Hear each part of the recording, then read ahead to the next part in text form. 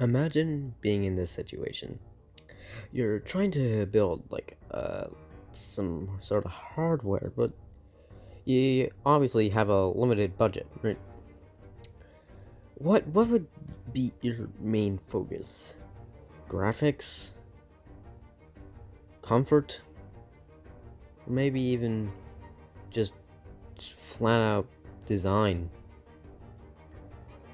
What would be your main focus? Or maybe you would actually prefer just making the console fast, not exactly just not very graphically powerful. Just you want to make it run good. You just want to make it fast.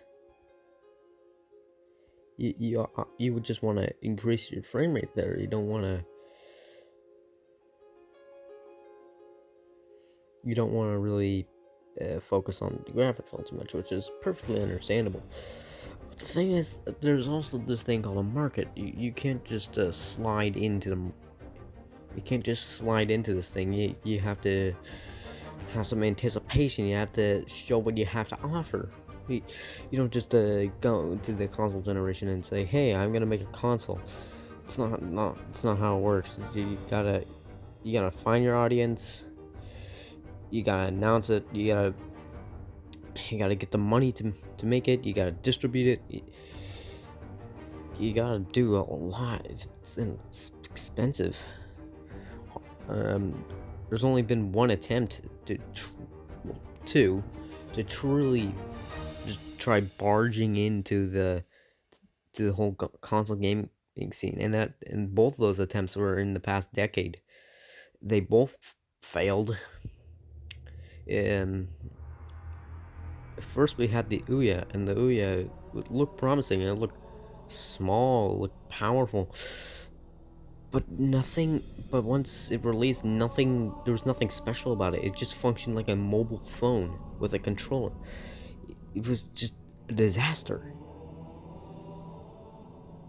I mean, and it was surprising to a lot of people because it came from a Kickstarter, and it seemed very promising. There was an issue and there was a big issue there that could easily be fixed, right? But they just decided not to do it. It doesn't. It takes practically no money to program software. It's the hardware where the money's really at.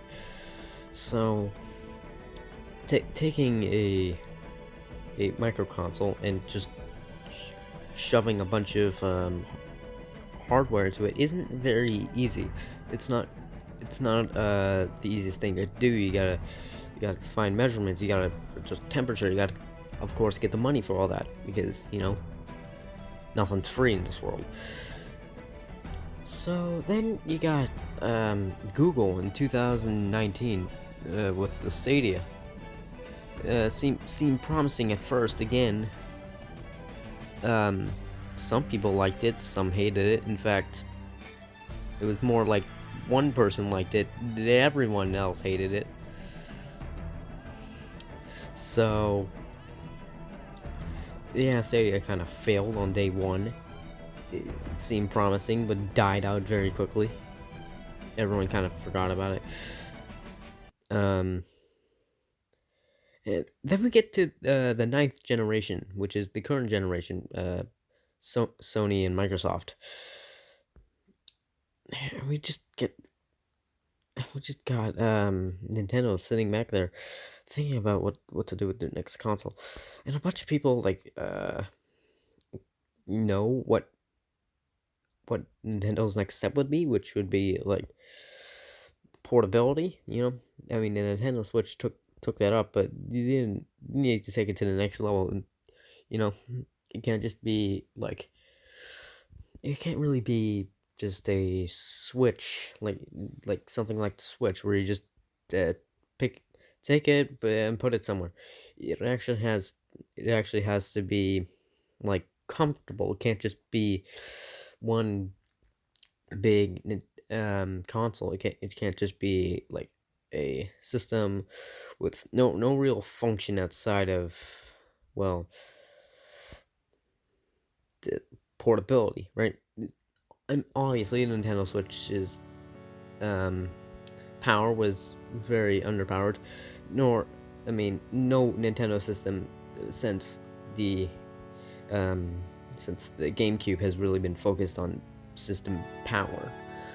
Um, so what happened exactly? Like, what happened to all the good console generators? Well, as far as I'm concerned, Atari has gone nowhere. They've simply just been hard at work on a new console. Nintendo has just Nintendo has already really done some. They're still working on a new console. Sony and Microsoft just released their new consoles. Both of which people have mixed opinions on. Some people like the PS5. Some people hate the PS5. Some people like the Xbox. Some people hate the Xbox. It's a very mixed situation. I can't really comment on that.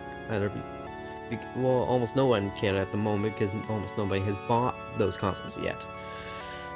They don't really have much to offer yet. They don't. A lot of them. They both started off with a pretty small list of exclusives. A lot of people say Microsoft has like 0 exclusives, but once you look into it, they have more exclusives than anything. But there's nothing really interesting going on right now. Ever since the 6th generation, nothing has really been happening. 6th generation was the largest generation.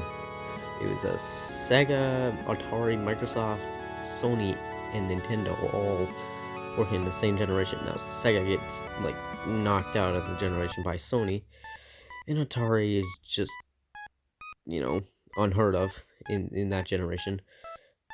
I mean, it's still working in that generation, but unheard of. Yes, and then the 7th generation, iconic, yes, but expensive, very expensive. I mean, unless if you're Microsoft, then it'd be like $200. It's Microsoft started out with a really big advantage, like in the 7th generation, a massive advantage. They released before Sony did. They were cheaper than the PS3, and they simply had a lot of exclusives on the lineup, which Sony did not have at the time. And then everything changed in 2013 with The Last of Us. Yeah, and Xbox 360E and Xbox One, Xbox 360E and Xbox One were generally negatively received, as well as Last of Us being very well received. So yeah, that was a big shot in the heart for Microsoft. And then the PS4 that released, and then there was just like a huge amount of anticipation, and it didn't let anyone down. So to say that there was a lot riding on Sony for the PS5 would be a bit of an understatement. For the most part, it was tackled pretty well, but of course, there is no success without a flaw. So, obviously, Sony had to fail somewhere, and that was with The Last of Us 2. Well, yes, the Gaming Awards won. The Last of Us 2 won the most gaming awards in this year, but it's not without some problems here. Number one, the thing that was good in The Last of Us, which was the story writing, actually kind of upset people in 2, believe it or not, because it portrayed two protagonists, right? And then one of the protagonists actually turns out being the antagonist. Like, it makes you think that they are such a good character, and then they just completely F that up, like about 1/5 of the way through the story. It was like a really big shot in the heart. Like a lot of people felt let down by Naughty Dog, right? They felt that they were betrayed by them. So obviously, Last of Us 2 is a failure, and we're at this position right now where all console manufacturers are kind of fighting. Oops, don't know what happened to the recording there. Fighting over who has the better exclusives. And for the most part, Sony still come out on top. Of course, I don't have that much to beg to differ because I don't own either of the next gen consoles. But for the most part, Sony has the upper hand here. Yeah, that's the end of this video. I hope you guys enjoyed, and I'll see you all next time. See ya.